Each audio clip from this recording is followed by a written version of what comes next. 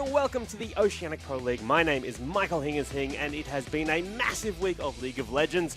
We've seen support Camille picked up in NA, as well as Brazilian Ronaldo, that is the soccer star Ronaldo, two-time Ballon d'Or winner Ronaldo, has been streaming some League of Legends and picking up solid kills on his Caitlyn. So we're about to get into round 3 of the OPL. Two massive matches for you today to help us break them down as they happen. I am joined by our in-house OPL analyst, Nathan Mendrix-Mendez, and you're looking pretty sharp there in your new threads there, Mendrix. Thank you very much. I'm feeling a bit fly at the moment. I do like the look that they've A managed bit to put them fly together. at the moment. A bit fly. Yes, it's feeling great, and can't wait that we're moving into week 3. We're really starting to separate the sheep from the goats. We're also joined by the coach of Tainted Minds, a guy who Spawn once described as being the smartest person he'd ever heard talk about the game League of Legends. It is Nick Inero-Smith. So thank you so much for joining us. We appreciate your time.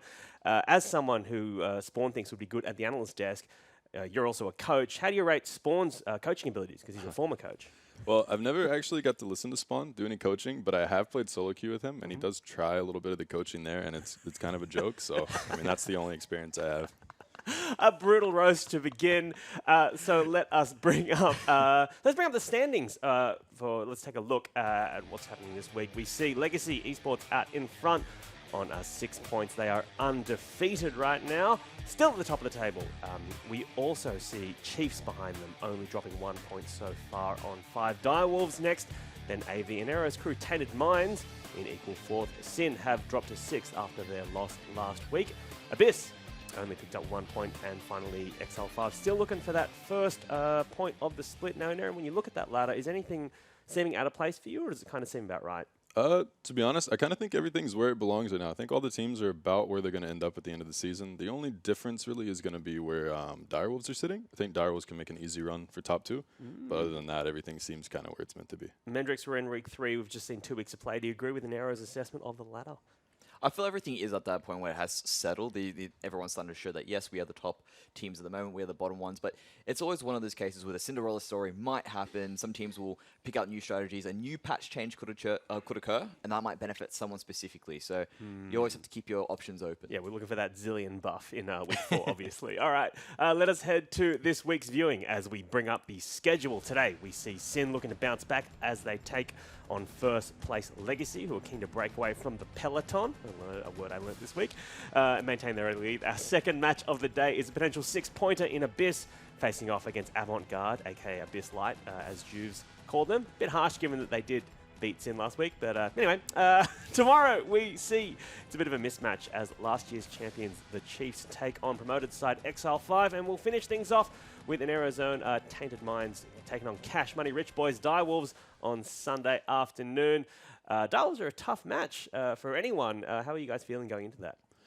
We've had a bit of an unlucky week with things happening in the house. Like Australian internet connection kind of happens every now and then, but like the guys should still be able to put up a good fight, so it should be a good match. So looking forward to Sunday there. All right, well, this week sees the launch of patch 7.2 on competitive here in Oceania. Though we've had our little grubby hands on it for a bit over a week now in casual play. Mendrix, Lethality has copped some sweet buffs. Is this all about kind of making ADCs feel a bit more confident in their lanes? That's one of the things that they're looking to do, and it's also a bit of a buff as well. Jace has seen a massive increase because of this. He's basically able to bully out a little bit earlier by getting that lethality increase just that little bit extra. So he's able to bully just that tiny bit more. But one of the sort of consequences that have evolved from that is Misfortune's actually cropping up as an ADC again instead of a support. And this is actually quite big for strategy because as she's a priority pick for support, if she's a priority for ADC, that means you can flex her early. So it's a really big new strategy coming into it. Yeah, in Aero, do you see 7.2 changing the state of play much in OS?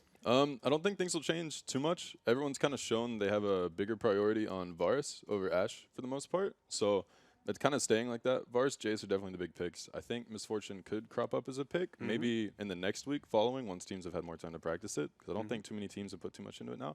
But I think things are going to kind of stay the same, just more Jace and Varus. All right, well, let's get to our first match, which is Sin taking on Legacy. Now, Mendrix, for people who are new to the OPL, tell us a bit about Sin. What's going on with these guys? So with Sin, these guys, off the riff, off camera, they're pretty much the jesters of the OPL. They're a bit of a larrikins. They love to cause some havoc, be very cheeky, just all in the name of good fun. But when they're on the Rift, these guys are looking to evolve. They're trying to get away from that 1-3-1 strategy and move towards something that's more 4-1, sort of emphasize the strength of their team as they move forward. Inero, your guys' Tainted Minds haven't come up against Legacy yet. Legacy atop the table. Do you think that they're the best team in the OPL? I'm not sure if they're the best team, but they're definitely the smartest team compared to the rest of them. Their macro play isn't really matched by Chiefs, Direwolves at the moment. They're very good at getting leads and actually abusing them really hard and just closing out games really smooth. So I think they're definitely the smartest team. I'm not sure if they're the best team. Well, I think Carbon will be happy to have anyone describe him as the smartest team in the OPL. They definitely do have a very strong look in terms of their macro play, but they did struggle quite a fair bit to actually close out some games last week. So I'd like to see them sort of clean that up, and that would actually make them more of a Premier League team. All right, well, let's get to it. Earlier today, I spoke to Sin Captain Juves about their game today. I started by asking him how the team was after their loss last week. We did some soul searching because obviously I said that we would 2-0. And we didn't, so cop that one on the chin. But no, everything's good in the camp. We had some good scrims. Obviously, scrims don't relate to performance on stage, but I mean, they give you confidence coming into a week like this. Well, this week you are coming up against top of the table Legacy. Do you think they're the best team in the OPL? I do not think they're the best team. No flame intended. I think that Chiefs are just better than them. Legacy have had arguably weaker teams, so the other group is a lot stronger at the moment. So I don't know. It'll be a good test for us to see how good they are and how good we are. I think last week was outside our worst, so it'd be good to see how we are today. All right. Well, also your top laner Flares has come in with a lot of hype because he's an import, and that's very interesting for us. Mm-hmm. How do you rate his performance in LAN versus how he's been playing in training for you guys? First week of LAN, against Abyss, I think he just cleaned up. He played really well. Second week, I don't think anyone played well, and I don't think you can just say that that's Flair's fault, that's someone's fault. The whole team was garbage. It's as simple as that. And I think that in training or scrims, we've all been playing really well. So it's just a matter of translating scrim results onto stage because stage nerves are a big thing. And pretty much, I think the model of our week was don't be scared. But I can't say the word that we actually used. But don't be scared. So then you feeling confident for today? I am. Like I said, you're going confident. What's the worst that's going to happen? You might lose, but if you're confident, you have a better chance to win. Yeah, you're not looking scared at all. No, I'm not. I'm never scared. I'm always happy. Actually, Legacy turned up late. I think they're scared. They were running a little bit. All right. Well, best of luck in today's matches, and thank you for speaking to us. Thank you. That's team captain for Sin, their jungler, Juves, claiming he's not scared at all. Maybe it's Legacy who are scared. Okay, let's take a look at the guys getting ready right here at the Riot Studios. Having a bit of a laugh, enjoying themselves. Shall we bring up their... Yep, there we go. Flares in the top lane. Their jungler, Juves, who we just spoke to. Their mid laner, Wizard, having a good chuckle there. And their AD carry, the young superstar FBI, and their support player, Rogue. Mendrix, where did Sin struggle last week in their loss, do you think? I think it comes down to the fact that though they want to evolve, they do want to get away from 1-3-1. They have a really solid top laner, they have a really solid mid laner that can carry when it gets towards that late side of the game. So maybe they shouldn't move away from what's considered to be their strengths. Maybe they should continue on being this 1-3-1 team instead of moving towards 4-1. Inero, Juves always jokes about how Sin are just Sin ARAM. Is that kind of your assessment in watching them play the last couple of weeks? That's what it's kind of seemed like, to be honest. Even in scrims, they kind of seem to be a bit of an ARAM team. And I think for them, they're going to be a fairly strong team if they just admit that they're a 1-3-1 team and focus on that. They have two strong carries. Yeah, they have two strong carries. Don't fight what you are. They just need to abuse that. And I think they'll actually have a good showing in OPL. All right, well, across the Rift, their opponents, their front runners, Legacy, are trying to break away from the pack. Earlier today, I spoke to Carbon, and I started by asking him if Legacy were the strongest team in the OPL. No, I don't reckon we're the strongest team in the OPL. It's early days yet, and we've got a bit of an easier group than the other side, I think. So I think when we start to play, like teams like Chiefs, Direwolves, Tainted Minds, we might have a better grasp then, but... no, it's 2 series is not really much to judge off. Your opponents this week, Sin, they love a good ARAM. What are you expecting from them today? Mostly ARAMs. We've been playing a lot of Howling Abyss this week in preparation. Look, Sin are a good side. They've got some quality players. we've put a lot of work into kind of studying this week. We also did a lot of stuff on our games last week, and we're hoping to clean it up a lot more. You, as the captain of Legacy, are going to be the primary shot caller, I guess. You're going up against a jungler and captain in Juves. How do you rate your play against his? I've been playing against Juves for a long time. Little known fact is Juves actually used to be my protege once upon a time. He was a Legacy sub, I think, in 2014, which was about 3 years ago now. So it's been a long time since then. But once upon a time, as my protege. Look, I think Juves definitely has the ability to be good. I think he's improved a lot this year since moving into the house. So it'll be a good contest today. So you guys feeling confident? Yeah, not more so than any other week. You know, I think our prep's been pretty good, and we feel prepared.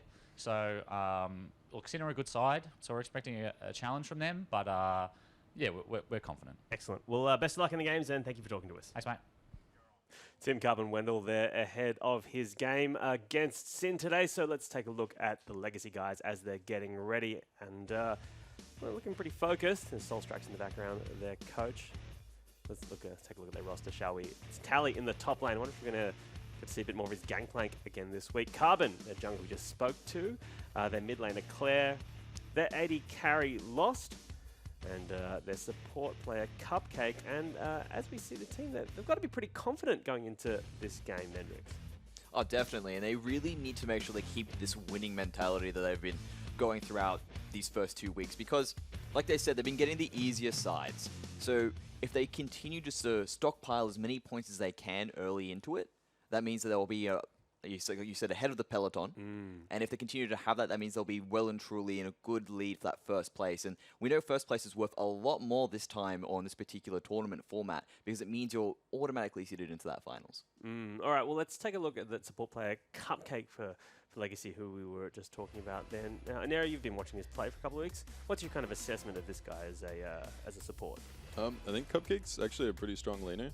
He tends to have like a really good contest against our bot lane, and I know he's done the same against other teams. I think he's a really good strong point for Legacy. Like, he allows their bot lane to win, him and Lost together, and I think having a winning lane for Legacy is very important for them for the way they play. And he has been moving forward in Legacy specifically as more of a shot caller in that bot lane, which is freeing out Carbon to focus more on that top side of the map, which is just a really great asset to have in the team. And why that's so good is because Cupcake is an extremely aggressive laner. They tend to try and get those first bloods as soon as they possibly can and really have a good lead for their team. We've seen quite a diverse champion pool there from Cupcake. I think Malzahar, Bran, Misfortune. Is there anything else we can see from him? Like, what are the kind of pocket picks we're going to be expecting from him, Mendrix? I mean, in terms of pocket picks, it comes down to that point when they do decide to ban out completely Cupcake, and which is something they wouldn't generally do. So he's probably going to continue to stick to what he has at the moment. I don't expect any new pocket picks to come out unless there's some major meta shift or a big change coming through in terms of what people realize is actually a better support. In Arrow, he's known as a very mechanical player. Is support an important role in OS? Because you've got a bit of an international perspective on this. Yeah, I think having a good support right now, especially in this region, is very important. I think support's one of the weakest roles in OS right now, so being able to secure a really strong support like that is very important for keeping your team up. Like, if you win bot lane right now, you have a very good shot at like snowballing the game, because you can actually like snowball that to other lanes and send multiple people. So I think it's really important, and it's probably one of the biggest strong points of Legacy as a whole. All right, well, let's take a look at the top side of the map, and the top laner for Sin, Flares, who kind of came in with a lot of hype around him as an international player. And Mendrix, he's had a great game one, kind of a less great game two. Yes, that's right. So one of the things with Flares, I feel we've sort of overhyped him a little bit. He hasn't had the best performances as in the previous 2 games. And when I was speaking to Juves, he even said then that he hasn't fulfilled his greatest potential. That's the big thing we need to take into account here. So he still has the ability to perform, but it seems to be one of those cases where he's maybe trying to overextend too much and has been punished every single time for it. I mean, how does he stack up against Tally in your mind? I still think Flares is a very good carry top laner, and I think he can actually challenge Tally on that if he's allowed to sit in a 1v1. But he has a very feast or famine playstyle. And if you don't actually send the jungle up there to help him, I think he just starts just dying a lot, and he's unable to play without that. So I think Sin have to play to that point. I mean, with Legacy, though, we've seen them undefeated, but some of their wins haven't been as clean as they would like to have been. Mendrix, do you feel like this is the week for them to clean up their playstyle? Maybe is it going to be quick wins? If they continue to move on and not take those tanks, which really does help when it comes to closing out the games, they will continue to struggle to clean it up. But mind you, last week they had close to a 10 to like 13,000 gold lead. When you're that far ahead, it shouldn't be hard to close out, regardless of whether you have a tank or not. So I really do want them to clean that up, but perhaps pick up a tank. That's just one easy way to make sure you can close out a game once you get that lead. And yeah, I think that's been a big problem that Legacy has actually showed, is that they tend to overstack their team with carries and don't ever have a front line. And you can get a really big lead with that, but you struggle to like do objectives like Baron without like getting killed trying to bait them. So if they can actually put a tank and put a front line there, they'll actually win. And I think that's something they'll try to adapt and do today. Yeah, I feel like we've seen a lot of real dodgy Baron calls the last couple of weeks. All right, well, let's move to tipping. Let us know who you think is going to win. Hashtag IamOPL. And you can also get in with opltips.com.au and you can see those stats. Legacy, massive favourites. I think more than half the people surveyed reckon it's going to be a 2-0 to Legacy. That's massive. That's massive. I mean, is this the biggest upset we've seen? I mean, is this the biggest mismatch we've seen so far? I wouldn't say it's the biggest mismatch we've seen, but in terms of just how Legacy's been performing and how Sin has, Sin really needs to bounce back if they're going to have any chance of beating Legacy, because Legacy will just completely defeat them with a macro play, and it's one of those things where Sin is going to sort of maybe devolve back to 1-3-1 because that is how they are strong, and Legacy are going to be able to deal with that with no problem because their macro game is their strength. Yeah, I agree. I think it should be pretty clean for Legacy, to be honest. I don't think they'll struggle too hard with it. I think Sin have showed to kind of be an ARAM team at the moment, and Legacy tend to play well into avoiding the ARAM and just trying to play the game smart. So I think they'll do a bit better this week than they showed last week. Yeah, well, I feel like it's across the board 2-0s to Legacy here, but if Sin are going to take wins off them, Mendrix, where is that going to happen? If they want to take wins off it, it will probably be, I'd say, in the top lane, basically just get your top lane ahead, get your mid lane ahead, and let them do the 1-3-1s. That's literally how they seem to be so strong at the moment. And I'm still feeling, though, that Legacy is going to be 2-0. All right. And Nero, your prediction for the match today? 2-0 for me, too. If Sin are going to take a game, it's likely going to come through either top or mid, just popping off and having a really good game. I think Wizard probably has the best shot. Claire's a really good mid laner, but he's shown on land that he plays a little bit worse than he does in scrims. So I think if anything, they'll show it through there. But again, I still think it's a 2-0 for Legacy. Pretty confident 2-0 predictions from the desk here. That's enough from us here. Let's get to our casters to get into game one. It's Spawn and Fish. Thank you very much, Ingers. I'm Matthew Fish Stewart. Joining me is Jake Spawn Tiberian. We've already heard from Legacy and Sin. Legacy been practicing a lot of Howling Abyss, trying to get their ARAM going here. Seems like you need to do a bit of coaching practice, Spawn. Yeah, apparently. I mean, I've just had so much shade thrown at me. I'm pretty sure I have a 94% win rate with an Arrow as a duo partner, in majority of which I am the carry and he is a filthy Rengar main running around Summoner's Rift as a jungler. But, let's not bring that into it. Let's just get ourselves into this game. And we are going to get into the first match of this best of 3 series. Sin taking on Legacy in the third week of the OPL. Picks and bans already underway, and it is the new 10 ban system. So we'll have the first 3 bans going through as always, or most of the time. Camille has been banned out on the red side of Summoner's Rift. Zyra and Malzahar already hitting the bench. And I like the fact that they're willing to ban Camille early because I do believe in what an Arrow was saying on the desk. That is, if this goes down to a carry versus carry, it's a swingy top lane matchup. I mean, Flares has shown internationally that he's able to go with good carry top laners. However, I think if they get it in that mismatch, Flares on a tank, Tally on a carry, something like a Jace, then that's where you can tear this game right open. So I expect that's going to be the bait here, and we'll see whether Sin take it or whether they want to just go with the first pick Jace. So we're going to get LeBlanc being banned out here by Sin, targeted towards Claire. We had Rengar banned out already, and Misfortune hitting the bench too with that Jace being first picked. Yeah, and this is what I expected. I mean, they opened the window for it. Do you want to take a tank into our carry because there's only really Jace left available? On the flip side of that, all of a sudden you can grab things, like the Corki, like the Varus, and set up your poke comp and really shut down whatever Jace is going to bring to this. Because remember, if you're running Jace, you're generally running tankless because jungle isn't really that tank heavy at the moment in O's. We have seen quite a few teams actually flex that Jace too, so there is potential for Wizard to pick it up in the mid lane. I hate the Jace flex pick. I think that mid lane Jace at the moment just doesn't do enough for me in terms of, being able to set up fights. Because if you're going to run tankless, your mid lane actually needs to have some form of hard CC, like a Syndra, like the pick potential that comes out of an Ari. Jace doesn't have that at the moment, and it leaves yourself wide open to that mid-game struggle. Means Legacy going to be able to pick up Kha'Zix here as their second pick, heading into the jungle, as Sin to complete their first pick rotation. They pick up Elise with Dukes.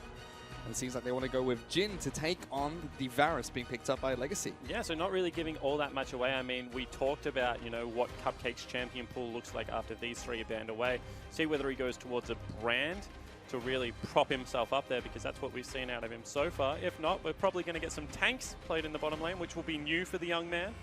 Looking forward to it. Karma, that's another option. Yeah, it seems like Karma's going to be a pick of choice for Legacy. Can still be flex, but most likely being picked up by Cupcake in the bottom lane. So far, he's only played mage supports, and seems like he's going to continue that trend. Yeah, I mean, I guess even if this is considered a mage support, it's definitely more supporty than magey, unlike the rest of them that run around and just one-shot you.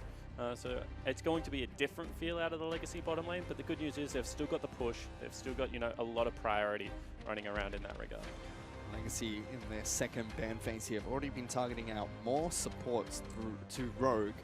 Thresh was the first ban coming out from Legacy. Rogue was known as a Thresh god last year. It's not going to allow him to get that champion again. Cannon being banned out here by Sin. They do not want Tally to pick that one up in the top lane. Rise will be the final ban from Legacy. Yeah, and they hit the 1-3-1, and they're probably going to look to get Claire the last pick and shut down the Echo mid as well. And they really have cleaned out the carry top lane pool on the side of Sin. Want to be able to force the opposite of the matchup that I was talking about. I mean, not really all that volatile, but if you get the Jace into a Maokai, you can accrue a pretty sizable lead. Fiora is that final ban coming out from Sin. We'll have to see if Tally does go for one of those tanks in the top lane. Ooh. Or if potentially he's going to pick up his Gangplank later on in the rotation, as Claire will be picking up Corki heading into the mid lane. That's really interesting. So they aren't really scared of the Echo pick, which does okay into Corki. And they are going to flex the Jace into the mid lane. So they're going to challenge the tank off. I mean, I feel like if you're going to get such a good priority on Jace that early into the pick ban phase. Wow, and we're going to get Vel'Koz being locked in here for Rogue. That should be a Vel'Koz support. Most likely, or a Maokai support? Nah, it's a Vel'Koz support. Yeah, that's interesting. All right, all of a sudden, Sin's thrown a big spanner in the works. I actually, like, when I have a look at this team comp, they've got a little bit of poke, I guess. Elise and Maokai have always been used to supplement poke. They have okay push. Ooh. Oh, this is... Okay. It's devolved a little bit. Legacy have picked up Singed as their final pick. I mean, we were talking to Des, seeing if Tally's going to be picking up a tank for this team. It seems like this time around he is. But it's still a winning matchup. I mean, when you have a look at it, Maokai has been seen as, you know, a very solid tank, but Singe actually destroys him in the laning phase, should be able to push, keeps him at his turret, means that the teleport flanks aren't as potent.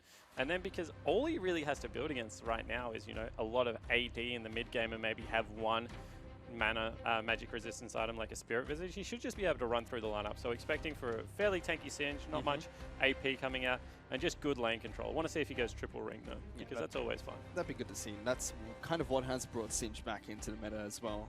See if Tally picks someone up, gives him a little bit more AP, so you know, still has that little bit of carry potential on the Singe in top lane. So the reason it's so good on Singed is it gives him the mana, which, you know, gives him some health through his great passives, gives him 100 flat, and then it gives him that extended potion duration. And what you do is you just run around with Insanity Potion, you run around with a Corrupting Potion, and you're just able to keep nice and topped off. So Singed, always an interesting pick. I like seeing him in competitive play. I think he's super potent when you're able to get that movement speed and get into the back line and cause all that havoc. But right now, that's a really bizarre pick ban phase that's come out of Sin, to be honest. I feel like they've tried to go back to a little bit of cheesing roots, which is always dangerous. And we'll have to see if Sin do try to go for that 1-3-1, which is a little bit difficult, especially when you have a Maokai on your team. Yeah, I mean, right now when you have Maokai, he generally, the way they play a 1-3-1 with Maokai is push up the lane and then teleport to it. But you're never really going to have a push against the Singed, unless they can get a mismatch in that regard and get him against a Corki. Not really going to be able to shove the lane out. Instead, they're just going to be dirty farming against each other and trying to arrive at the same time. So he's never going to have advantage in that situation. Pretty much that. I mean, we've seen a lot of teams' coaches already talk about how they've been picking up Singe lately, or lots of teams have been picking up Singe to try and deal with these 1-3-1s or deal with the tanks in the top lane. So Legacy already showing that they can play this champion heading to the first match of week 3.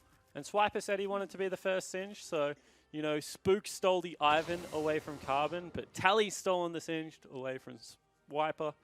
All comes around in circles. And we have Vel'Koz as well, hitting the riff. Rogue picking up that champion. Haven't seen too much of it lately. Let's see how he does against Cupcake's Karma. And Sin are just deciding to dance in the brush here. Taking their time and laughing. They certainly are. I mean, this is going to be interesting to see what setup they go with here. Looks like they're going to start top side of the map versus bottom side of the map. That always is interesting because it gives you mistimed gank routes.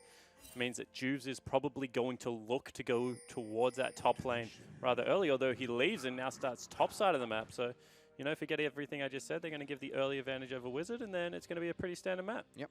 Wizard is going to be able to pick up a few of these small raptors. Claire's still waiting in the wings.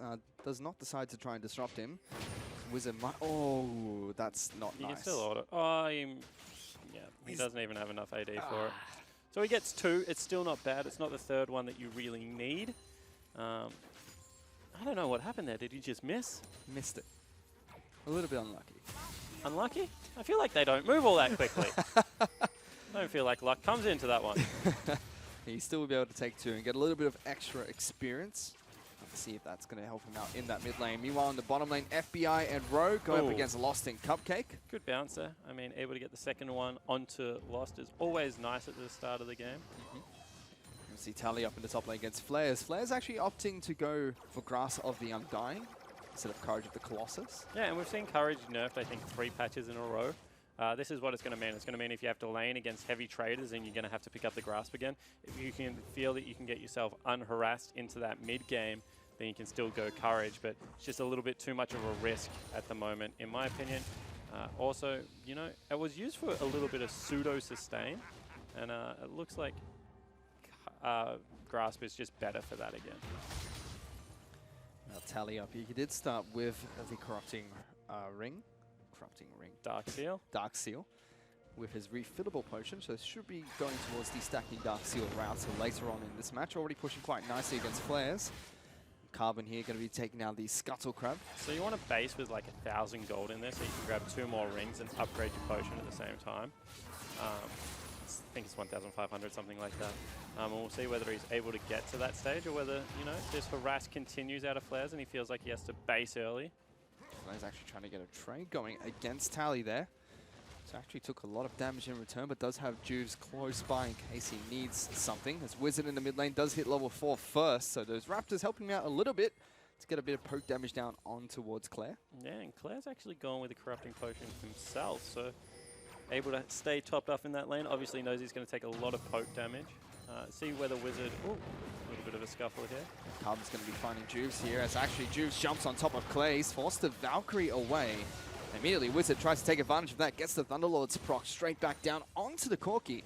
Good trades in the mid lane. But that was actually quite nice out of Claire as well. I mean, he vaulted at such a time that Juves landed in the middle of it. And now, flashes onto Carbon. And Juves looking to try and catch Carbon off guard. Blows his flash for that. Will take the Raptor camp away. Meanwhile, he's going to get exhausted. Claire's going to get taken down as well as Wizard jumps in for first blood. Tried to collapse, but he just couldn't. So flash and exhaust burn from Wizard to get in there, but that's exactly the right call. I mean, Juves was pressuring that side of the map for so long, and Claire really wanted to help out his captain and not able to get there in time. Meanwhile, in the bottom lane, Lost actually taking quite a bit of damage. His FBI is looking for the bounce, the bouncing grenade. I mean, FBI took a lot of damage in response, and he actually doesn't have any potions. Now Tally in a little bit of trouble. He's forced to use the Ghost. The Repel's going to come down. Juves gets up there, and Flares gets a kill onto Tally in the top lane. Suddenly, both solo laners are up here for Sin. Yeah, exactly right. And I mean, already teleport burnt out of Tally, so he's not going to get back. He's going to miss, like, what was that, about 11 creeps, I think? And he's down 7 already. Means triple ring is going to come out, but no upgraded potion, and all of a sudden, Juves is having a field day on the top side of the map.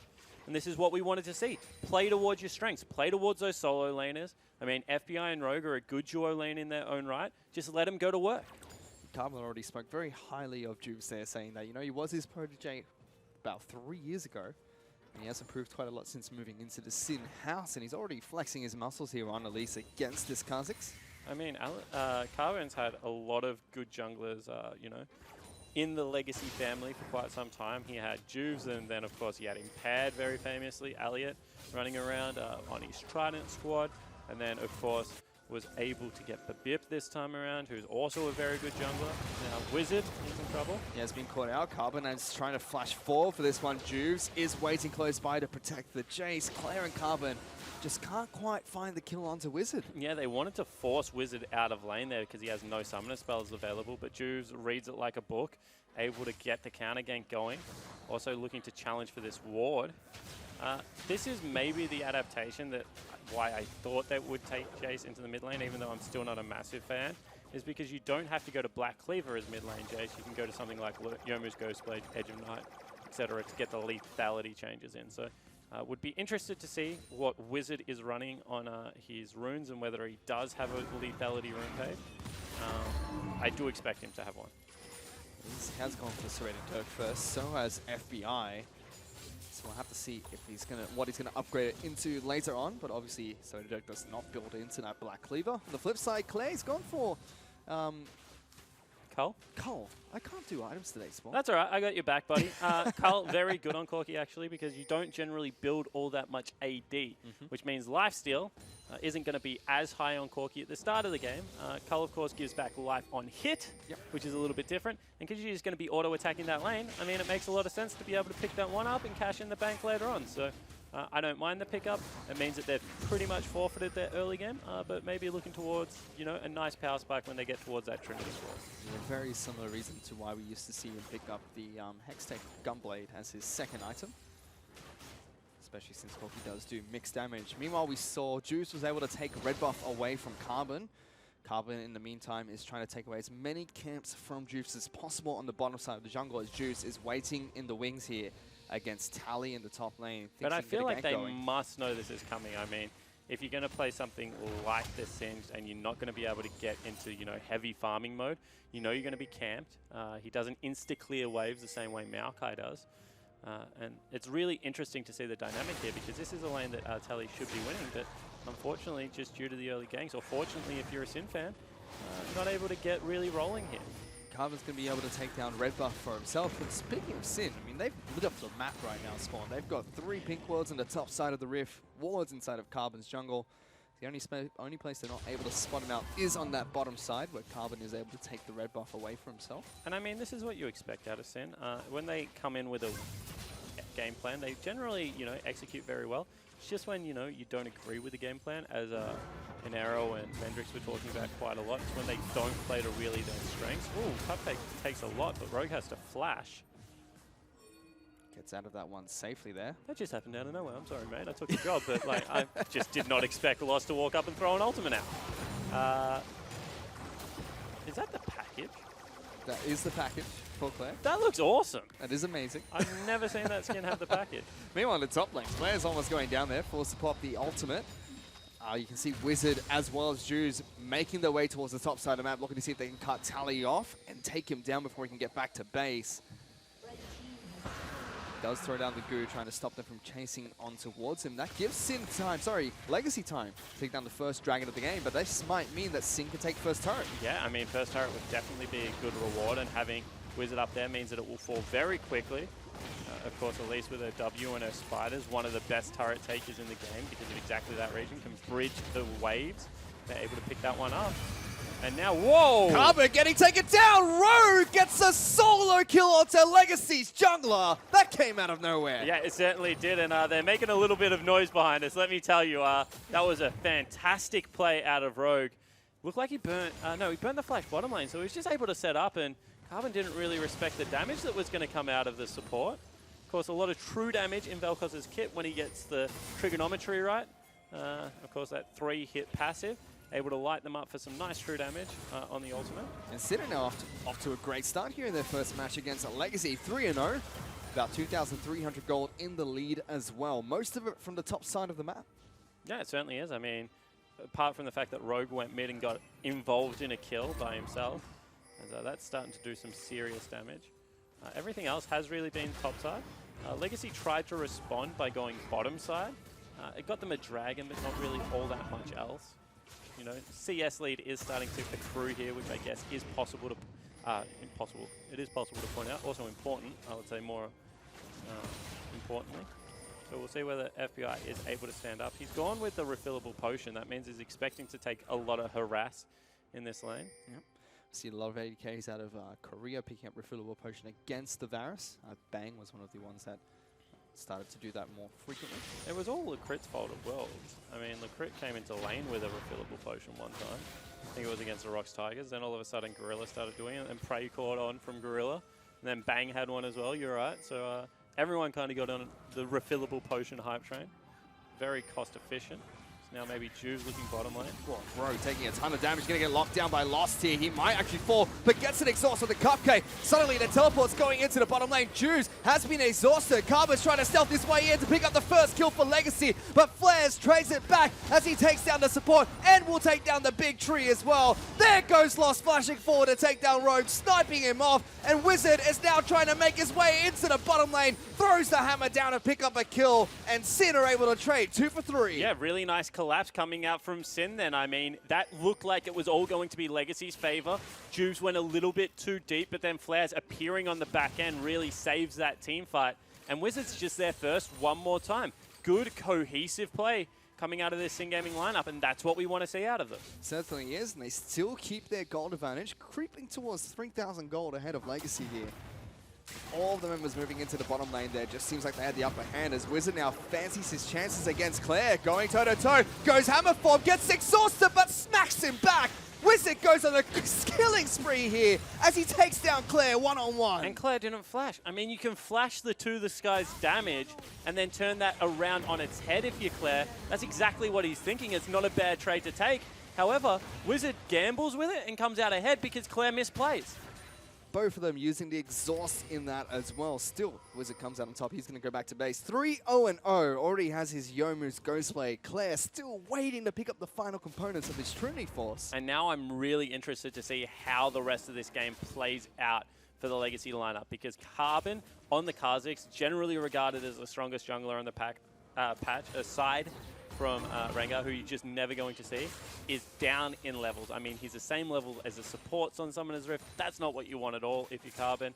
At the same time, Juves has controlled the tempo of the game, and the solo laners, who we really look to on Legacy's lineup to play such an important and crucial role, are both really far behind. So it really comes down to Lost and Cupcake. Can these duo turn this game on its head?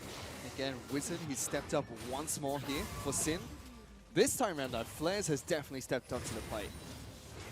I mean, it was actually a teleport play as well. I mean, we talk about Flares, and we expect to have a lot of flashy solo kills, you know, him to be able to carry in that regard, but this is just solid Maokai play. Yep.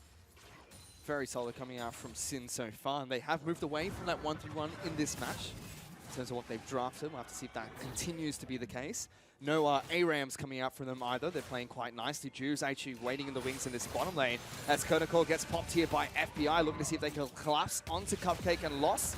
They do get back to that safety, or do they? Because Cupcake's locked down and Juves going to be able to pick up the kill for himself. My goodness, Sim, that was just a battering ram into the bottom lane. And that's half the health out of Lost as well. They're going to now move in and just take away this turret. Sin are absolutely everywhere at the moment. That was a slow, methodical setup.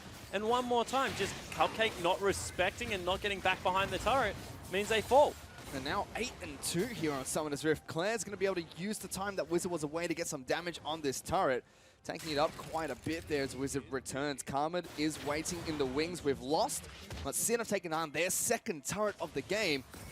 Whoa, that is not fun to see. And I mean, this is just sloppy from Legacy. They sit there, wait on a ward for so long.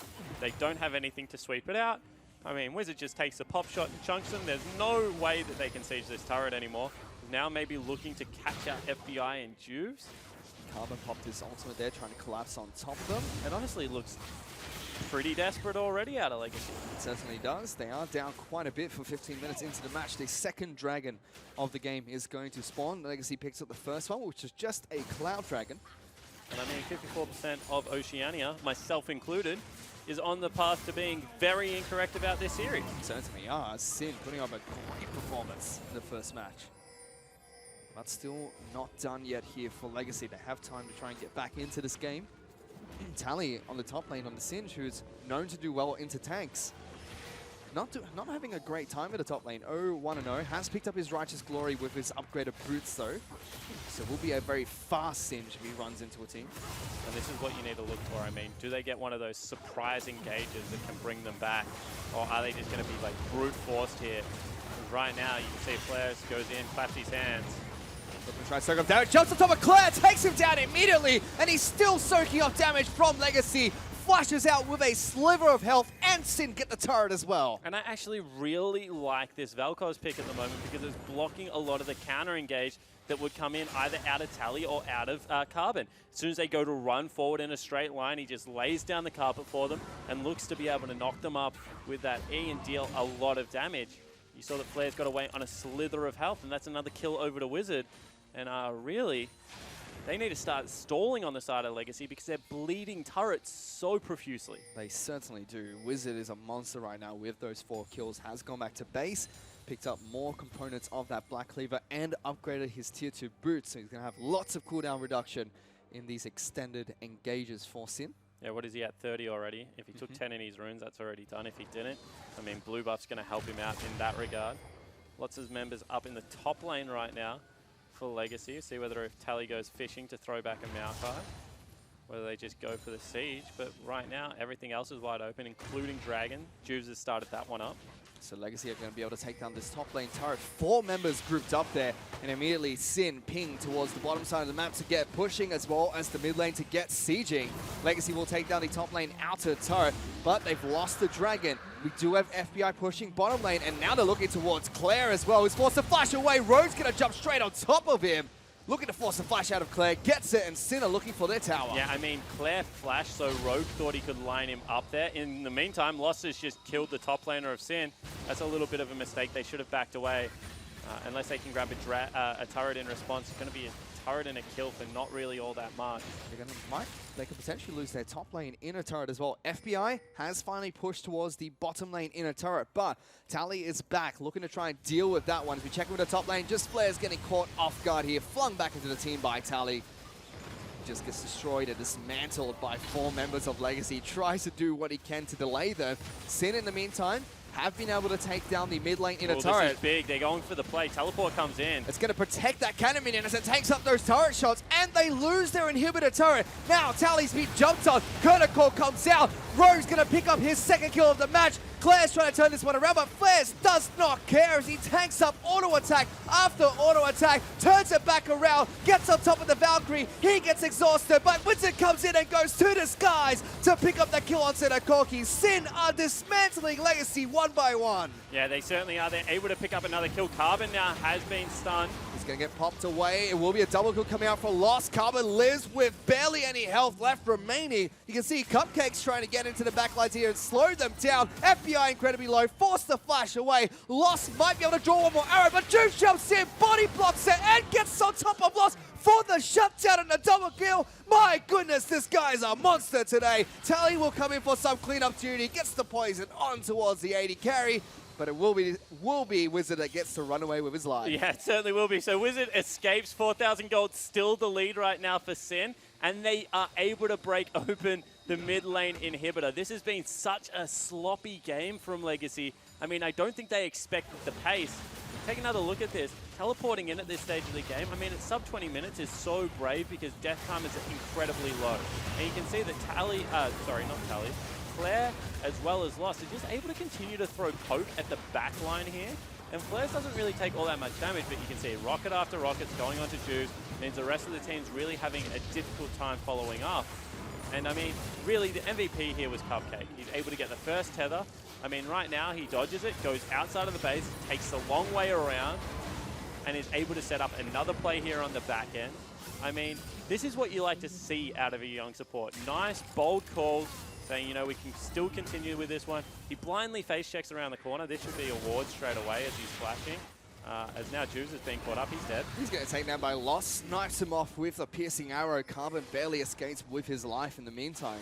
But that's one of those things that, I mean, if you're Cupcake, that's so courageous to go on a one-man mission. I mean, he's pretty much occupying 3 people. Sure, he fell and he didn't get that ward out that he needed to, but everything else pretty much went perfect for the Legacy support there. It's still a Sin that are in the lead in this match. 4,000 gold up. They did just lose their jungler there with Lost picking up another kill. He's now got 6 of them.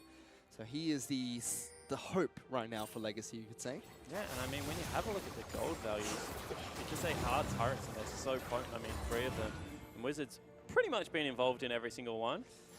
It's going to mean that he's quite a powerful Jace at this side of the part of the game. 501, the maximum cooldown reduction, and Sin are looking to trade turrets with Legacy. Legacy are already on towards the inner. Carbon forced to recall. They might be able to take a turret down, but they could potentially lose an inhibitor I here. mean, they're not even going to get the turret, and they're going to lose another inhibitor.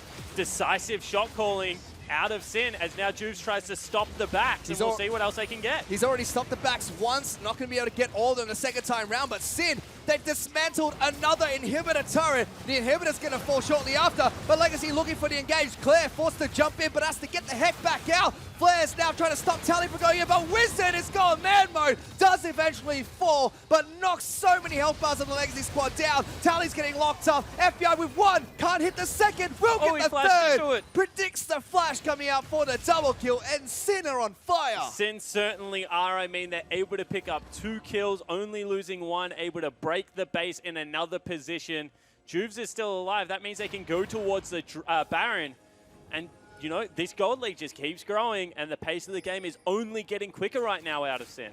And you can see the timers fall Tally as well as Carbon. 10 seconds until they're both back up. That's more than enough time for Sin to try and take down this Baron. Lost is making his way with Cupcake, though. Could potentially start sniping off these health bars, or potentially steal the Baron away. Flares takes no damage from that. Redemption's even going to come out here for Cupcake, trying to chip them down even lower. Baron's down to 1,000 health. Is he going to go in? No, he's not. Juve's going to be able to get the smite. Claire trying to do what he can. He has to try and valve forward into the team. Taking a lot of damage from this one, but will eventually knock Sin away. But here comes Wizard. He's second down Lost. He's charging up forward with Juves, who gets a kill onto Claire, and Sin get the Baron and 2 more kills. And Wizard's a monster this game. I mean, Claire's having an absolute shocker, 1-5-1. But on the flip side of that, 6-1-4, the young mid laner out of Sin is, I mean, an arrow said it. Unless Wizard pops off, they're not going to win the game. And let me tell you, he's well and truly popping off right now, Fish. He certainly is. Both the solo laners for Sin doing incredibly well. Flair showing that he's very comfortable on this Maokai especially. Knows exactly when and when not to start taking up damage against Legacy. And Legacy's squad just not piecing itself together so far. Lost, he's been able to pick up his mana immune quite late into this game. And I mean, when you have a look at this is just such a welcome side if you're a Sin fan, because, you know, we said if Flares throw the gauntlet, it goes carry into carry. No, I want to go tank into tank. We're going to burn everything away. We're going to give the carry to Wizard. I mean, we're going to play an unorthodox comp that if we fall behind and they're able to get any armor on the Singe, it's going to be very hard to win and close this one out. However, they do get the early lead off some good jungling out of Juves, and now they're just looking to push in and close this one out. They get some good damage on towards Sin. They do have quite a bit of poke of their own from Lost as well as Claire. Carbon even throwing out the Void Spikes, looking to see if he can chip down Sin anywhere possible. But look at that, one Shock Blast, Acceleration Gate combo, and immediately a Curtain Call gets dropped as Tally forced to tank this one up all by himself. FBI wants to curve that bullet.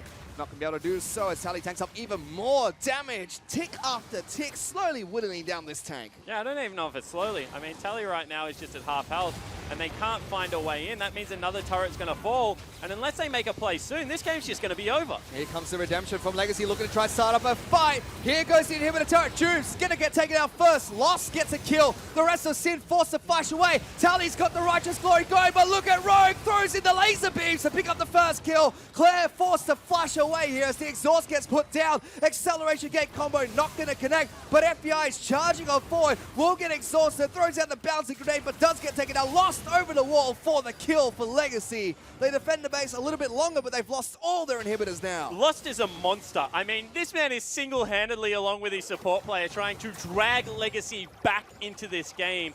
However, Sin have destroyed everything. Mid-lane inhibitor about to fall back down. One of the Nexus turrets already gone.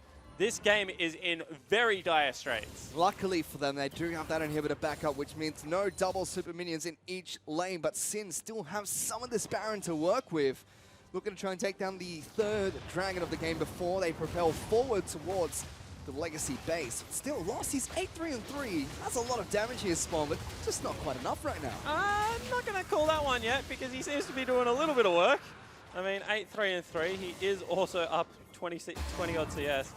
The young man is definitely doing his job. He's the only member on his team up in gold at the moment as well.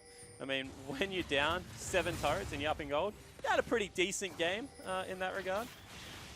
However, it really is all about the mid laner right now out of Sin. Because Wizard's poke is just a little bit more potent than Lost at this stage of the game. So this has got his double lethality into Black Cleaver here, so he's going to be shredding armor of everyone. Luckily, that Shock Blast is going to miss. However, one of them has a blue buff and the other has a tier.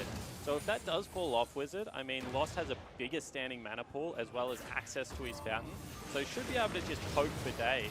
Now we're going in one more time. Carbon, he's going to get sniped off. FBI gets that first kill with the help of Wizard. They will lose Juves in the meantime as Flares is trying to take off damage. Wizard goes in, knocks Tally back. The laser beams come out for Rogue again. FBI will get exhausted as Claire's tried to run them amok in the backlines, but Wizard finds the snipe his team needed. He's going to go into ammo formation and continue chasing them down. 26 minutes in, and Sin are going to try and close this game out. Yeah, they're certainly going to try. I mean, they're able to pick up 2. They might look to teleport back into this one with Flares. They knock down the inhib again. That's a good news story. Everything else is starting to look a little bit dire because as you're entering the base, you're funneling into all of this poke. I mean, I still think that Claire's going a little bit too far into these team fights because if he just sits at the back and chips as well, they have so much poke damage. Here comes Carmen, throws out the Void Slice again. Rogue taking a lot of damage there. As you mentioned, Flares has teleported back into the mix. One Nexus turret is all that stands for Legacy right now. 27 minutes in, Sin are making quick work of Legacy space, but just can't seem to close it. This is actually a pretty clean game out of Sin. I mean, what they did is they upped the tempo of the game so quickly, and they've destroyed all the base. Now all they have to do is take one deep breath, wait 2 minutes, you know, make sure the waves are pushed in, go to Baron, then march 3 waves of super creeps up to the Nexus, and they're going to win this game in like, what, 31 minutes. That is such a clean, controlled performance.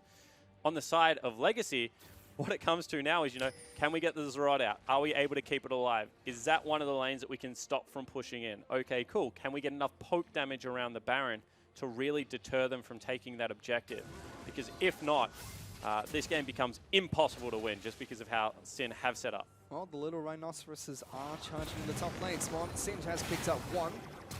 As Claire's going to get flashed on here by Flares. The cocoon from Juves not going to connect. Going to take a lot of damage to the front line, but Claire will get taken down by Rogue. This man is on fire as Cupcake's going to take the brunt of the curtain call. Already on towards the Nexus turrets. Wizard gets flung back, but at what cost? Because Tally's going to fall next. Guardian Angel does get pumped. Sin are looking to try and close out this game. Only a sliver of health left on the Nexus turret. Rogue goes on a killing spree as Sin march on towards the Nexus. They're taking down Legacy. This will be their first defeat of the season as Lost dies to Super Minions. And Sin, against all odds, take game 1.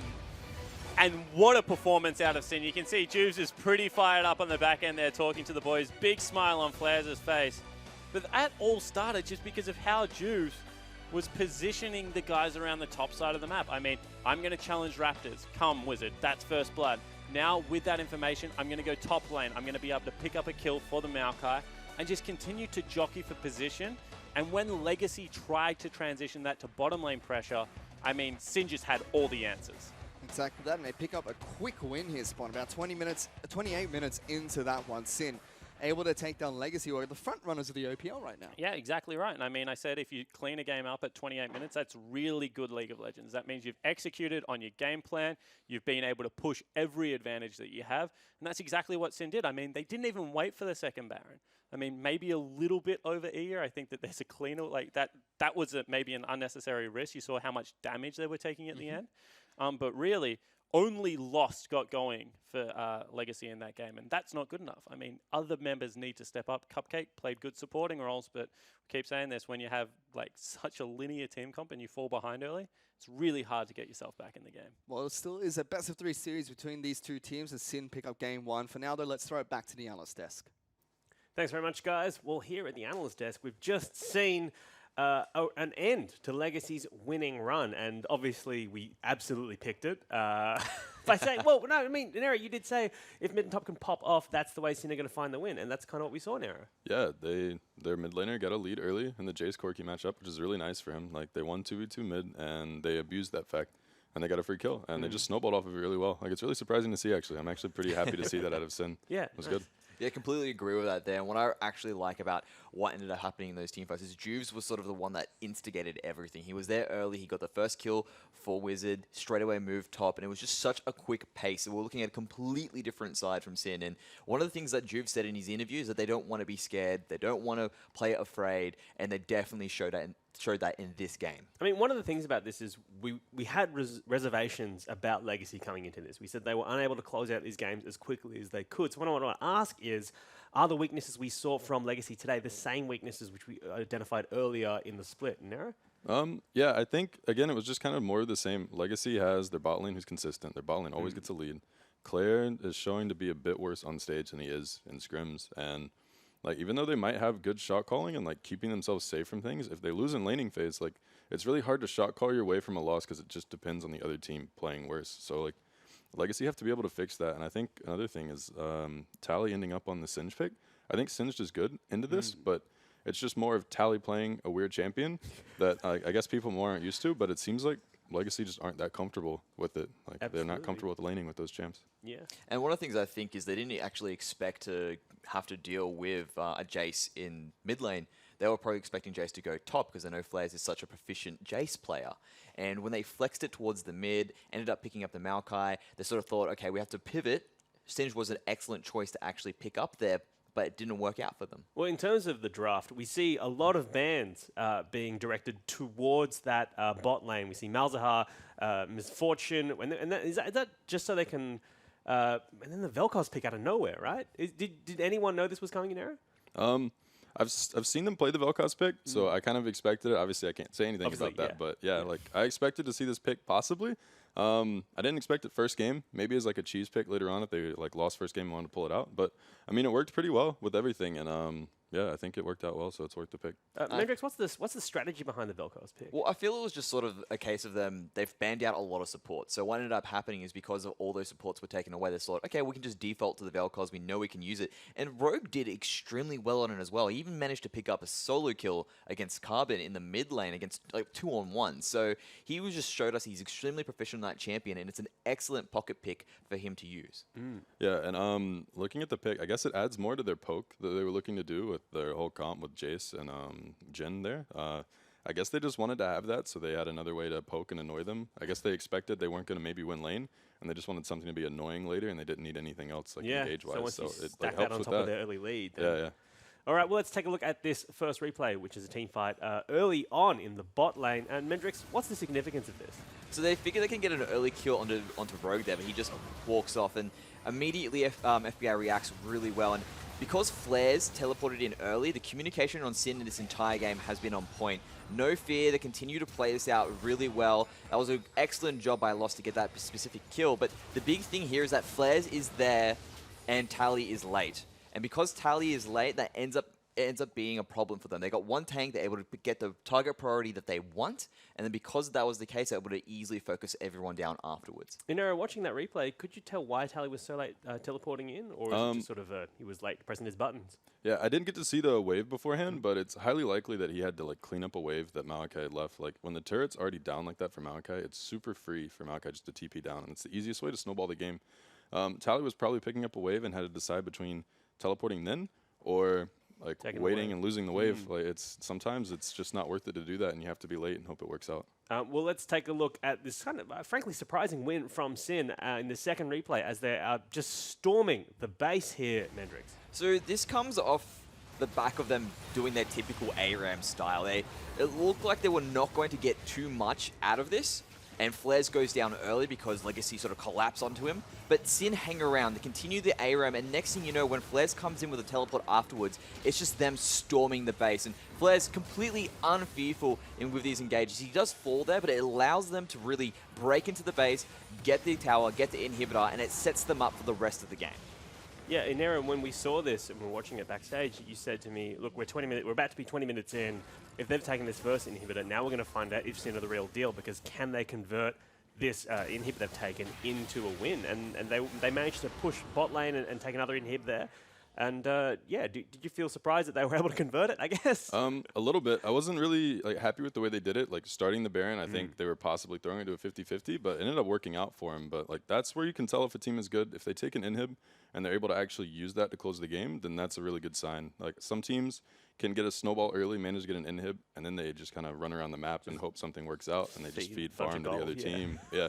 So it was really good by Sin to be able to do that. Like, it was really necessary, and I'm glad they could manage to snowball that into another inhib. So what what do they need to improve on going into game 2, do you think, Mendrix? They need to improve their early game. It's Juves basically picked up the tempo of that game and just ran with it the entire time. So if Carbon's able to match that tempo that Juves is putting out there, protect their solo lanes and make it towards that late game, that's the specific strength of the Chiefs. They may not be able to close it out, but they can definitely move around the map at the moment. And when they get to that point, they should be able to run amok for Sin.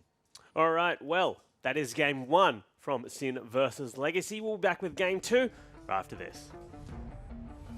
And now, whoa! Carbon getting taken down. Rogue gets a solo kill onto Legacy's jungler. Rogue taking a ton of damage, going to get locked down by Lost here. He might actually fall, but gets an exhaust with the cupcake. Suddenly the teleport's going into the bottom lane. Juves has been exhausted. Carbon's trying to stealth his way in to pick up the first kill for Legacy, but Flares traces it back as he takes down the support and will take down the big tree as well. Now Tally's been jumped on. Call comes out. Rogue's going to pick up his second kill of the match. Flares trying to turn this one around, but Flares does not care as he tanks up auto attack after auto attack, turns it back around, gets on top of the Valkyrie, he gets exhausted, but Winston comes in and goes to the skies to pick up the kill onto the Corki. Sin are dismantling Legacy one by one. But Legacy looking for the engage. Claire forced to jump in, but has to get the heck back out. Flare's now trying to stop Tally from going in, but Winston is gone man mode, does eventually fall, but knocks so many health bars on the Legacy squad down. Tally's getting locked up. FBI with one, can't hit the second, will get the third.